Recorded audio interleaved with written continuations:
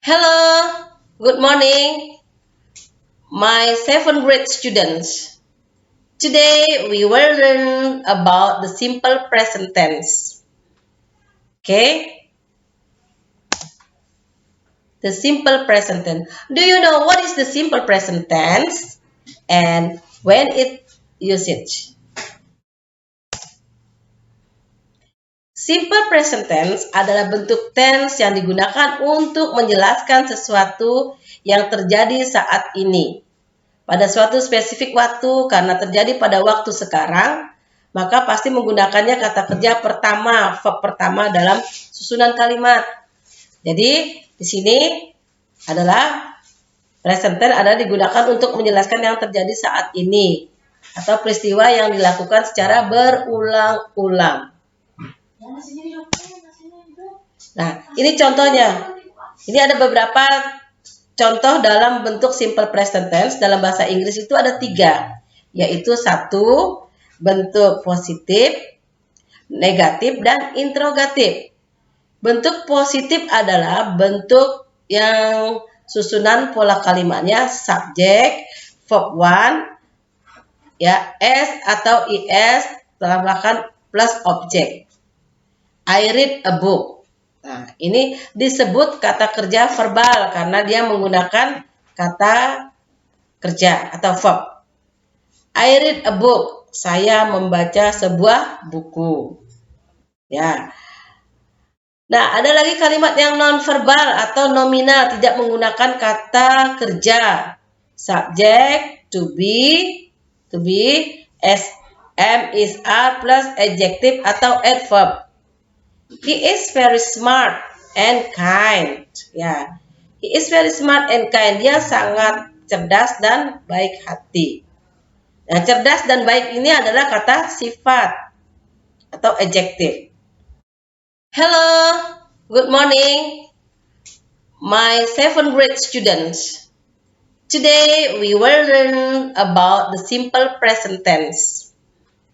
Okay? The simple present tense. Do you know what is the simple present tense and when it usage?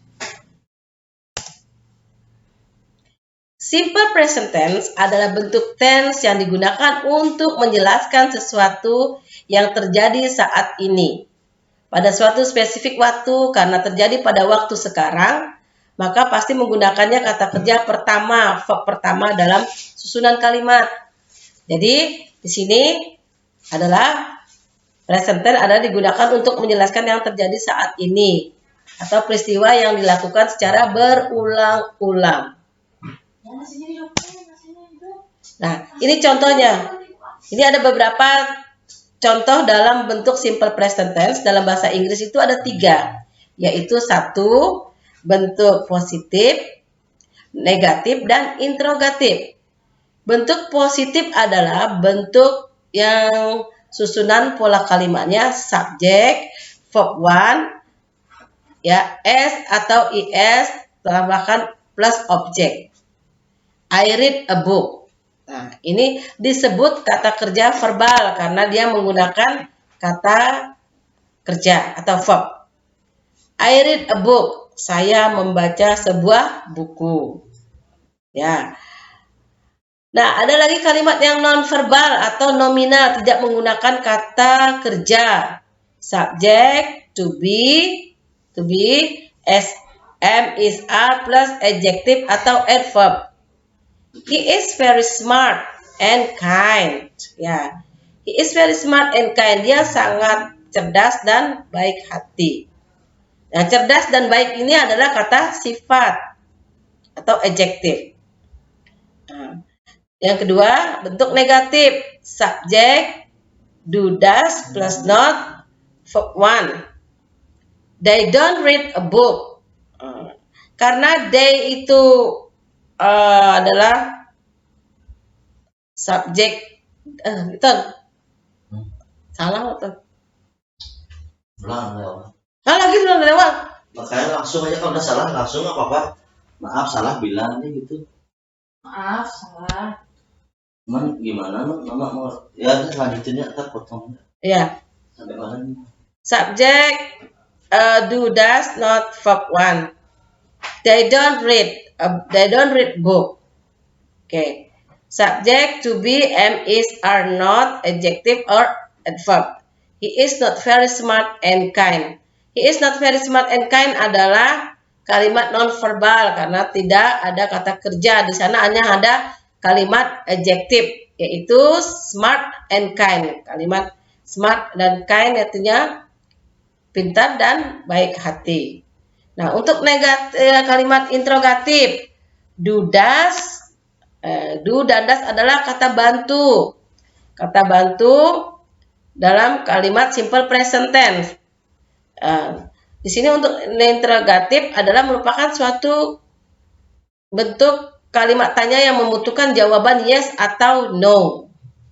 Beda dengan kalimat pertanyaan yang lain yang menggunakan kata tanya, when, how.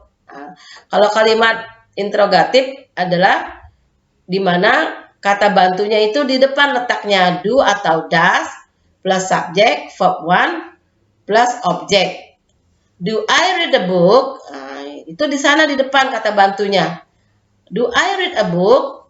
Tadi kalimat positifnya I read a book. Nah, untuk interrogatifnya do I read a book? Apakah saya membaca sebuah buku? Nah, sekarang untuk interrogatif yang non-verbal, yang tidak ada kata kerja atau nominal. To be, am, is, are, plus subject, plus adjective or adverb. Contohnya, is he very smart and kind? Apakah dia sangat pandai dan baik hati? Jadi kata bantunya atau to be-nya letaknya di depan. Kalian bisa menjawab di sini. Kalau positif jawabannya adalah do I read a book? Yes, I do. Untuk negatifnya, do I read a book? No, I don't. Is he very smart and kind? Jawabnya untuk positif, yes, she is. Untuk negatif, no, she is not.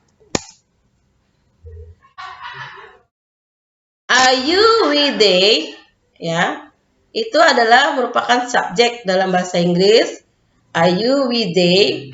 Untuk kalimat positifnya, kata kerjanya tidak diikuti umbuhan s atau is. Contoh kalimatnya I read a book. Oke, I read a book. Di sana nggak ada imbuhan s atau is. Sedangkan untuk subjek he, she, dan it, untuk kalimat positif kata kerjanya diimbuhkan ya huruf s atau is. Contoh kalimat, he reads a book. Dia membaca, dia lelaki membaca sebuah buku. Reads-nya ini tambahkan s. Ya. Untuk kalimat negatif, do not atau don't digunakan sebagai sebelum kata kerja. Contohnya, ya, we don't play football together. Kita tidak bermain sepak bola bersama. Jadi we itu kata bantunya do, negatifnya tambahkan not, verb 1, objeknya football together. Oke. Sekarang untuk yang kalimat he dan she dalam negatifnya, tambahkan kata bantu does not atau doesn't, digunakan sebelum kata kerja. He doesn't play football with me. Oke. He doesn't play football with me. Untuk kalimat interrogatif, kata do mengawali kalimat. Ya, diawali kalimat karena dia kata kalimat yang membutuhkan jawaban yes no, maka kata bantunya do atau does letaknya di depan kalimat. Do you play guitar? Oke, do you play your guitar? Nah, di sini untuk jawab positif, yes, I do. No, I don't. Contoh kalimat yang menggunakan subjek he dan she, menggunakan kata bantu does. Does he play your guitar? Oke. Okay. I think that's all about my explanation of the simple present tense. And I hope you can understand what I have explained with you. I think that's enough. Have a nice day.